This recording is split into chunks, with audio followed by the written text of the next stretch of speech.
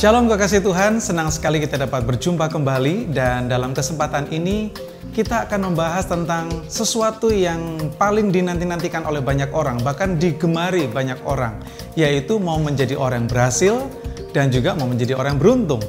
Tapi pertanyaannya saudara, jika saya lemparkan satu pertanyaan buat saudara sekalian, mana yang saudara pilih dari dua hal ini, yaitu mau menjadi orang yang berhasil atau mau menjadi orang yang beruntung?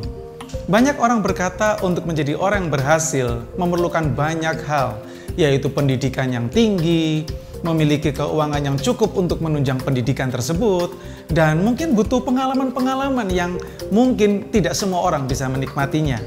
Dan sisi yang lain, untuk menjadi orang yang beruntung, banyak orang berkata itu jarang sekali atau itu mungkin sulit sekali. Mengapa? Karena menjadi orang yang beruntung itu mungkin dia tidak punya pendidikan yang cukup, mungkin dia tidak perlu punya uang yang banyak, tetapi ya sekali lagi namanya keberuntungan bisa saja datang kepada siapapun. Nah, jika kita melihat dari kondisi itu, maka kita pasti akan dibingungkan mau menjadi orang yang berhasil, tetapi prosesnya lama, mau menjadi orang yang beruntung, tapi belum tentu kita bisa menikmatinya. Tetapi saudaraku, kabar gembiranya adalah bahwa ternyata kita bisa menikmati kedua hal tersebut secara bersama-sama, yaitu menjadi orang berhasil dan juga menjadi orang beruntung. Dan bagaimana caranya? Saya ingin mengajak saudara untuk kita belajar firman Tuhan. Di dalam Yosua pasal yang pertama ayat yang ke-8, firman Tuhan berkata, "Janganlah engkau lupa memperkatakan kitab Taurat ini, tetapi renungkanlah itu siang dan malam, supaya engkau bertindak hati-hati sesuai dengan segala yang tertulis di dalamnya, sebab dengan demikian perjalananmu akan berhasil dan engkau akan beruntung." Ternyata saudara, ada dua hal untuk bisa membuat kita atau mengantar kita menuju kepada keberhasilan dan keberuntungan. Pada bagian yang pertama adalah kita harus memperkatakan dan merenungkan firman Tuhan siang dan malam. Kenapa harus memperkatakan dan kenapa harus merenungkan? Sangat sederhana saudaraku.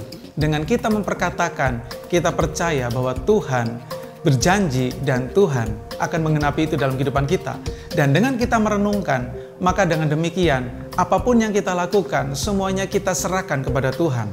Apapun hal yang sederhana yang saudara lakukan, kita serahkan kepada Tuhan. Dan kunci yang kedua, dengan kita memperkatakan dan merenungkan, maka yang kedua adalah kita pasti bertindak hati-hati.